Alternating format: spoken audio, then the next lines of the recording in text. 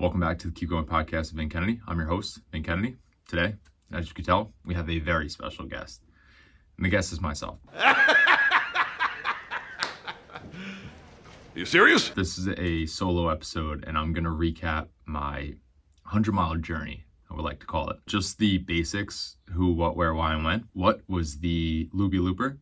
It was in Pensa something, New Jersey. It was down by Camden. It was a 3.75 mile loop. The race itself was put on by Endless Endurance. Great staff, great people. Met them throughout the journey. So it's 3.75 mile loops, 27 loops.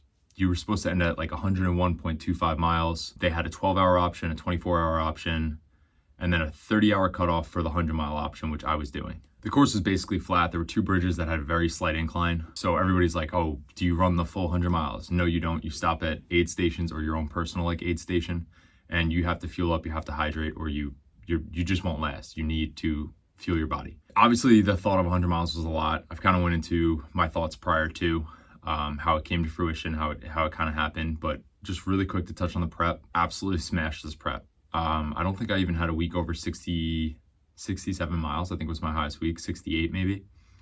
So it just shows you, like, if you're just very consistent, it doesn't matter. Like, you don't have to run 100 miles in a prep to run 100 miles. I didn't even run 100 miles in a week, and we'll see if I complete it. But the most important thing is like the food and fueling. But I'm just going to kind of dive into it and how the day played out and how the week played out, really. Tapered down going into the week, felt great. I had Bill, who was running the 12-hour, Charlie, who was running the 12-hour, my buddy John, who was running the 12-hour, and I think Thursday night, our buddy Greg decided, hey, I'm just going to join you guys.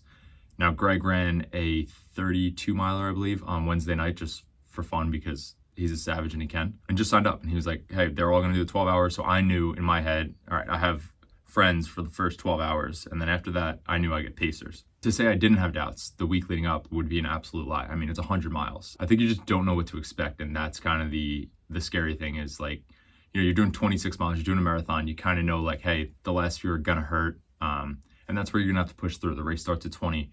But now you're in a 100-mile race, and it's like the race for you could start with a pain at mile 20. It could start with a pain at mile 10. It could start with something at mile 70. Like, you have no idea. And the same principle is they say those races don't start until mile 70, mile 80. And who's to say you're even going to get there? But anyway, so my strategy was just kind of to eat and fuel every hour. At least they say roughly like 250 calories. My one superpower in all of this is that I am very, very good at just eating food, especially with running. A lot of people have digestion issues, and I had some stomach issues pop up, but it was like nothing I couldn't kind of handle. It definitely affected my time slightly just because I was utilizing the bathroom more than I would have liked to. There was one full aid station, which I didn't really utilize, and then there was another half aid station that just kind of had water and ice at the halfway mark around the loop. The race started at 7 a.m. I was in hopes to be done sub 24 hours. So obviously 7 a.m. the next day, I would be done. The more I was thinking about it, the more I was playing it out with friends and with people, it was looking more likely like I could get this thing done in around like 20-ish would be a cool goal. You know, in my head, I was anywhere from 19 to 22, but this is something I fixated on way too much. And I would, like, going in next time, it's like, if I have a strict time goal, really focus on it. But if I'm going to leave this up to, hey, I just want to complete this, and that was the overall goal, I got to leave it to that, because you could get too much in your head.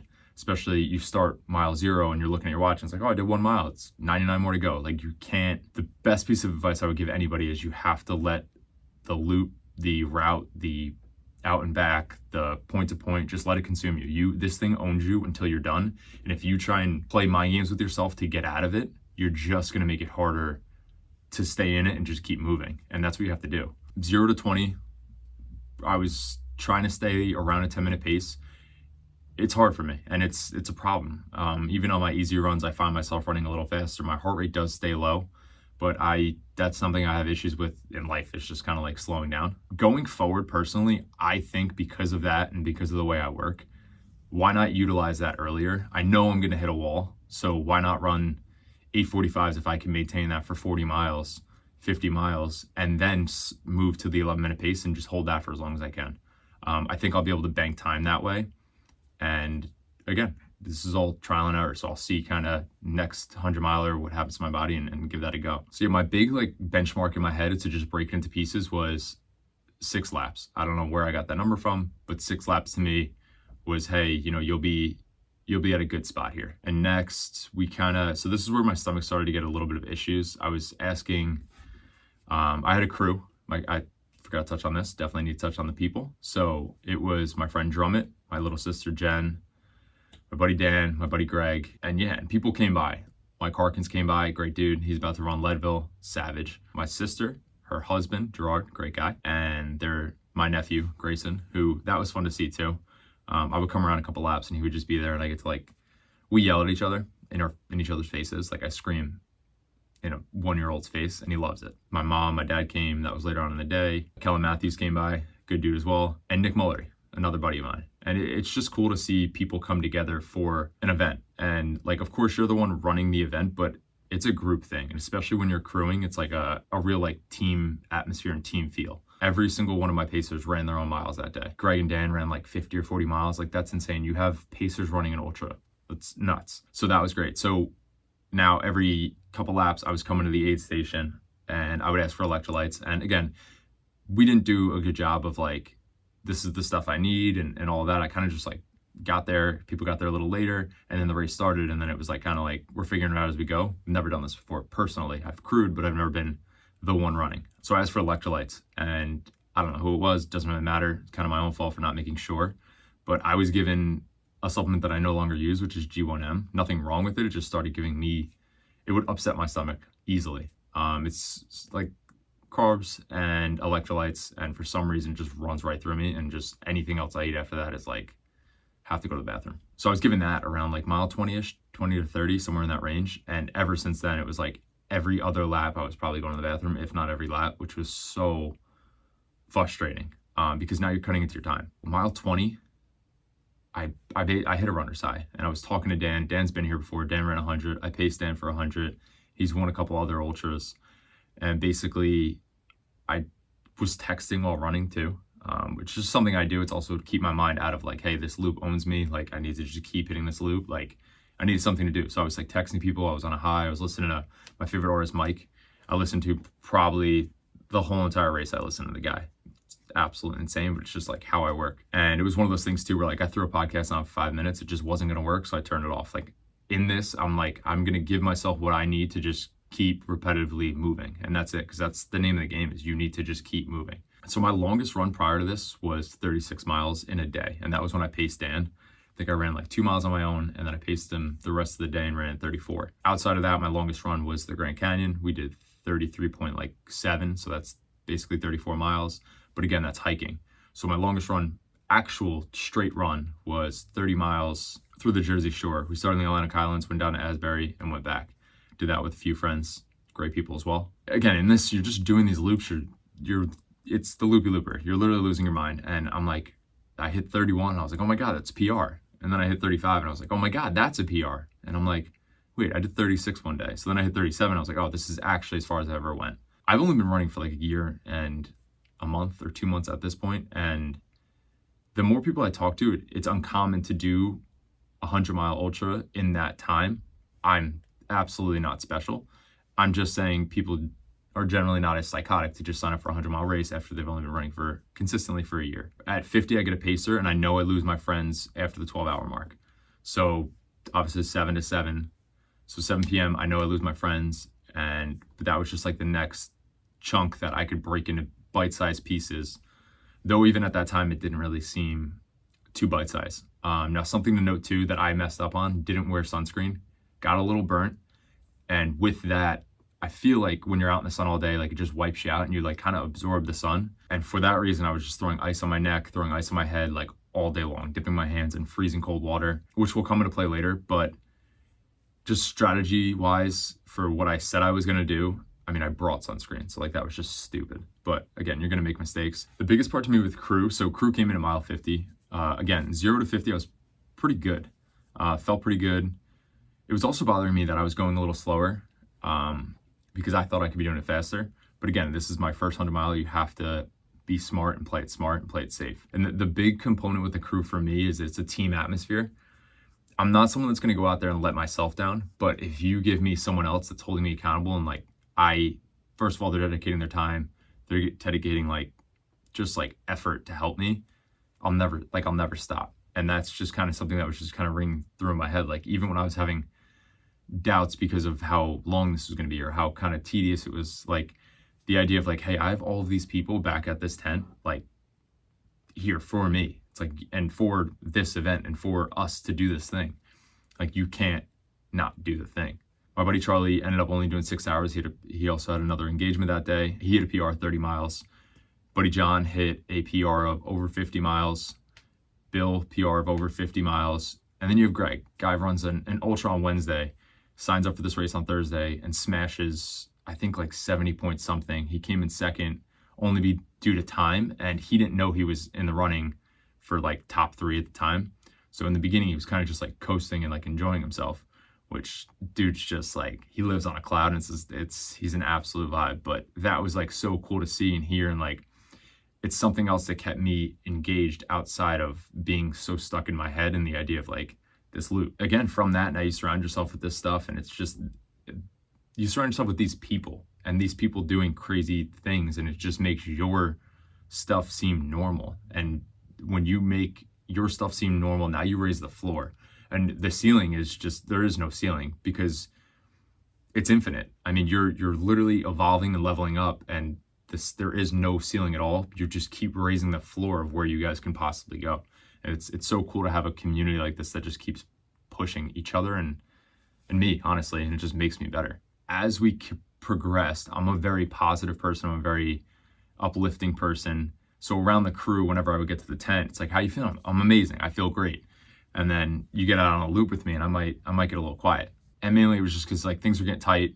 You're getting like a little like, I need to just like kind of keep going, not really focus on too much here. And yeah, battled those out with Greg. And I just progressively got more and more tired and silent, really. My sister came in next, and she was talking a lot, which was cool because it was keeping me out of my head. Towards the end of the lap with my little sister, which is something I needed her to come with me because I wanted her to see this, because she's done a marathon. She's going to do another one.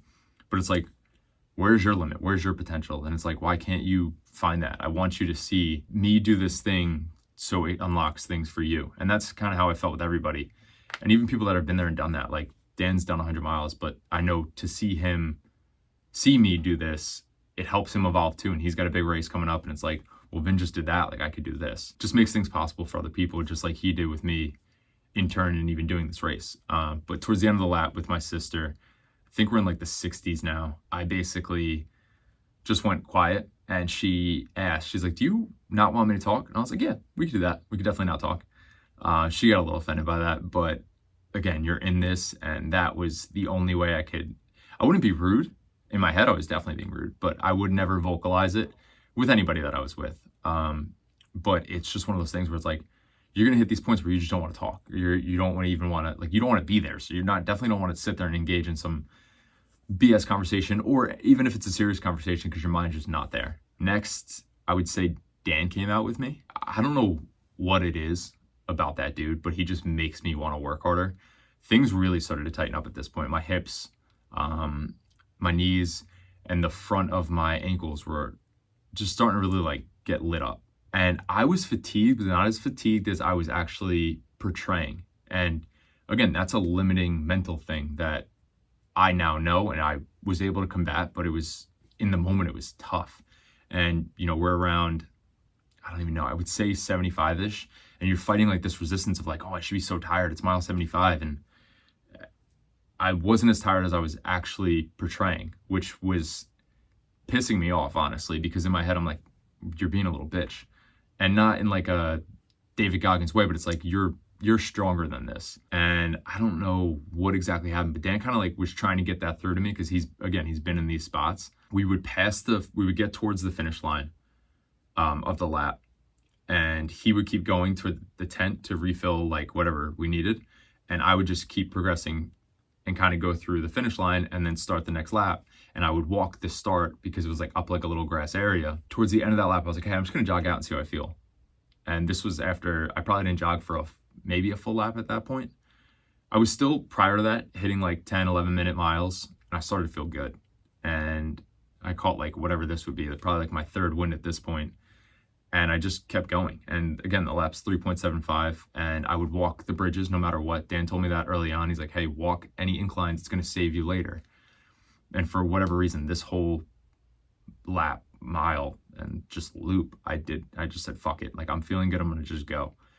And I did. And I was clipping like 8-minute miles, 75, 76 miles into this race. My fastest mile, I believe, was mile 77. I think it was sub like 8:30. So you're 77 miles into a race. You're telling yourself everything hurts, and you just run an 8:30 or sub 8:30. And now things start to change in your mind where it's like, wow, like where did that come from? And how do I kind of tap into more of that?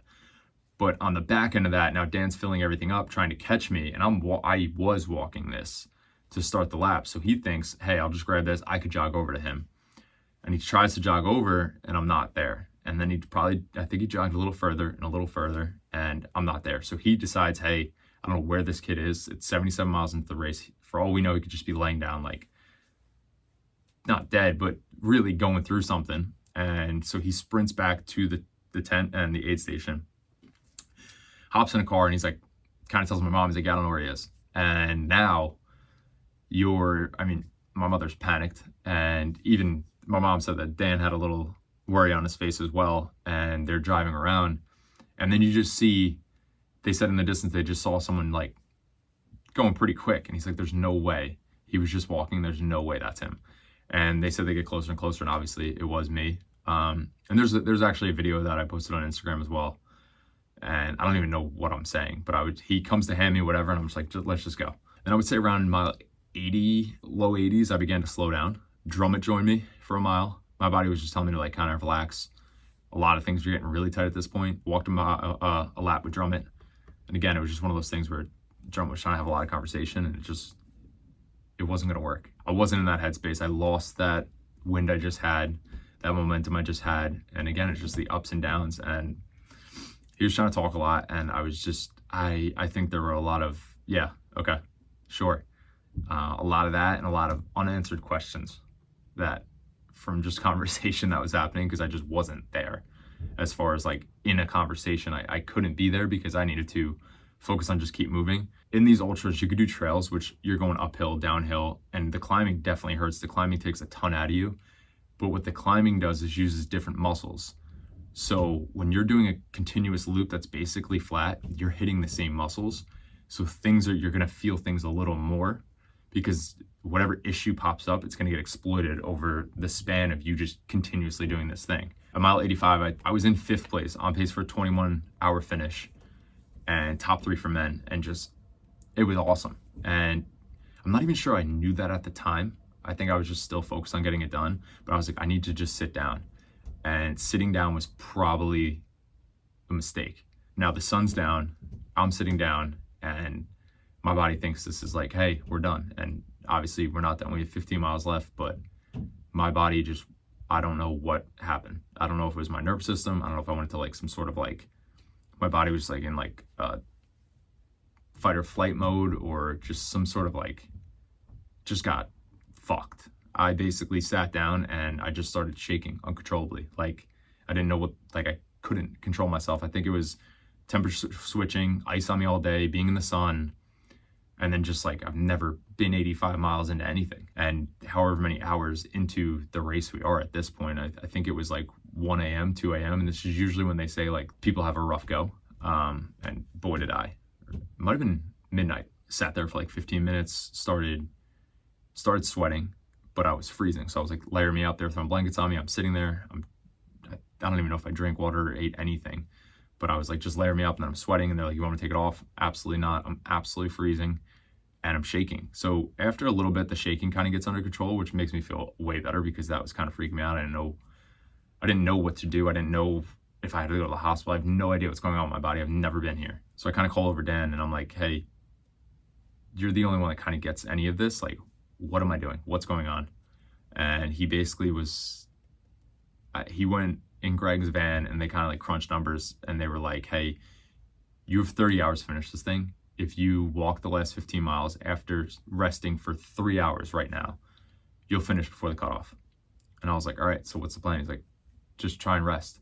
So should have never done it, but I took my shoes off. And honestly, when I took my shoes off, there was something in my head that was kind of like, hey, did you just quit? Like, I got really worried, and doubt slightly started to creep in. It's nothing I would ever vocalize, but I didn't know. I really didn't know at this point. It was hard. It was a scary moment, and there was a lot going on. And yeah, I was like, all right, so we'll lay down then, I guess. Your mind can absolutely control things in a wild way. After that, I was like, all right, get me in the car. Let me just lay in the car for a little bit, see how I feel. Try and get up again, not working. There was a yoga mat on the floor, made my way to the floor, put my feet up on a cooler just to elevate them and get some movement and just kind of like elevate, I guess, get the blood flow and whatnot. And it just, I needed something. Dan told me to do it. I was willing to do anything at this point. So then I started laying there, and I'm told you have 3 hours to kind of like figure this out, rest, whatever that means. So I'm laying there, and I'm kind of like going in and out of, I don't even know if it's really sleep at this point, because I'm like kind of still freezing, and I'm like, I'm not shaking, which is a good thing. I was not there physically. My mind was playing absolute games on me, and in my head, because I was laying down and I didn't really process what was going on, I quit, and I was fucking livid. I was so mad. I had like, I don't even know if it was a dream really, because I don't even think I actually fully fell asleep, but I was like yelling at myself in my head for a while. This is gonna hurt regardless. Tomorrow, this is gonna hurt. And this is just what I kept telling myself when I kind of was coming to, like, you're going to hurt regardless tomorrow, but you're gonna really hurt if you don't finish this thing. And that just kept ringing, and just the idea of it, and like, even at one point, like, I thought I was done. Like, in my head, I thought like, oh shit, I quit and this was over and the day was over. And I was like, fuck, like, it was just eating me alive. And then I don't know what happened. I don't know why it would do it, but my watch beeped. After probably, I think the whole stop in total was 80 to 90 minutes. And yeah, I just called Dan over. I was like, just let's get me out and let's just fucking go, because if I don't do this thing, I'm gonna go absolutely nuts. So that's what happened. Got up, got my shoes on. They got me to my feet, grabbed my poles. I think I ate something quick. Yeah, and from there, I mean, my ankles were on absolute fire. I don't know if it was the pounding from the pavement. So obviously, like, the joint of your ankle, it was just in this fixed position. So the fronts of my ankles were on absolute fire the whole entire time. But yeah, there was a pretty cool picture that I think Dan got. And I got up and I was like, let's just do this thing. And I think maybe I ran half a mile the last 15 miles, but it was a death march. And that's what happens sometimes in these, like, your body's locked up, you're fucked, and you need to just get it done. And that's what I did. And I cried repeatedly from mile 90 to the finish, which ended up being 102.24.